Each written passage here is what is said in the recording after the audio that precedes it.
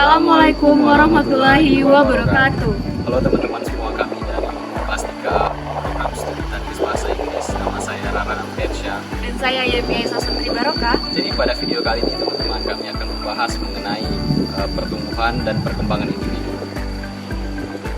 Yang kedua, prinsip-prinsip perkembangan. Kemudian ada teori-teori perkembangan. Dan yang keempat, tahap-tahap perkembangan. Dan yang terakhir ada faktor-faktor yang mempengaruhi perkembangan individu.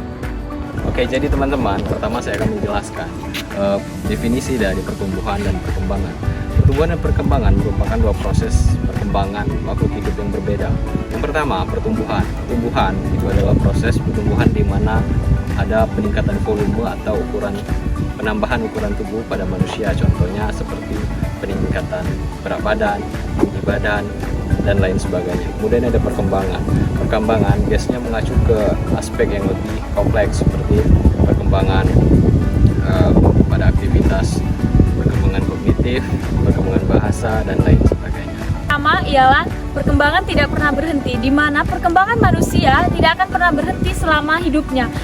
Yang kedua, saling berhubungan, di mana semua aspek saling berhubungan antara aspek psikologi, psikomotorik, dan afektif. Dan semua aspek ini saling berhubungan satu dengan yang lainnya. Yang ketiga, tempo dan irama, di mana setiap perkembangan individu memiliki tempo dan irama yang berbeda-beda. Ada yang cepat dan ada yang lambat, tidak bisa disamaratakan. Setiap fase memiliki ciri khas, setiap fase perkembangan memiliki ciri khas yang unik dan tidak dapat diulang. Yang kelima, mengikuti pola umum. Meskipun setiap individu memiliki tempo yang berbeda, namun mengikuti perkembangan pola umumnya. Yang keenam, interaksi antara perkembangan dan lingkungan. Perkembangan individu dipengaruhi oleh interaksi antara perkembangannya, yakni bakat dan lingkungan sekitar di mana tempat tinggal individu tersebut.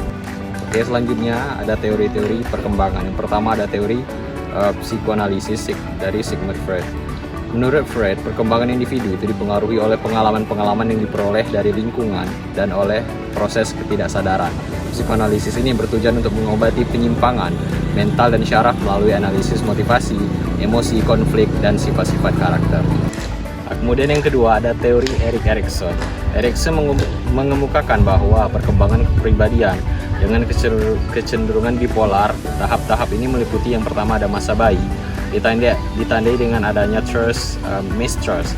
Kemudian ada masa kanak-kanak awal atau early childhood, ditandai dengan adanya kecenderungan autonomi, shamed-up. Kemudian yang terakhir ada tahap-tahap lainnya seperti intentative versus goal, industry phase, inferiority, dan seterusnya.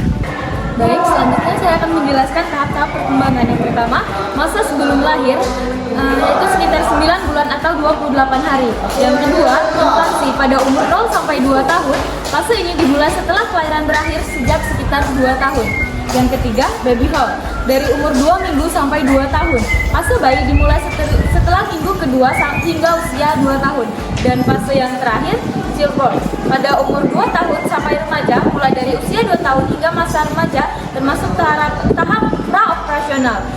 Dari umur 2 sampai 7 tahun, operational complete dari umur 7 sampai 11 tahun, dan operational formal pada umur 11 tahun ke atas. Oke, selanjutnya ada faktor-faktor yang mempengaruhi perkembangan. Yang pertama, faktor bawaan.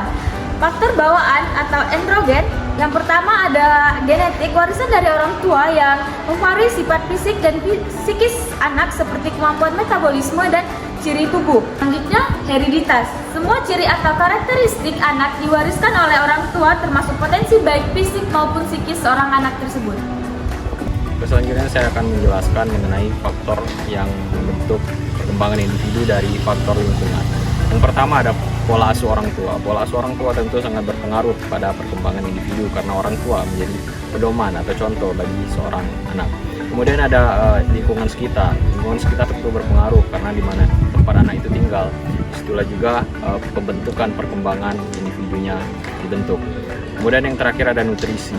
Ya, dengan nutrisi yang tercukupi, perkembangan seorang anak itu dapat ditinjau lebih baik lagi dari segi nutrisi, sehingga berdampak ke perkembangan kognitif dan emosional, sosial, dan lain sebagainya. Oke, mungkin itu saja video mengenai perkembangan individu. Semoga video ini bermanfaat untuk teman-teman. Kemudian kami mohon maaf bila ada ketidaktepatan dalam penyampaian.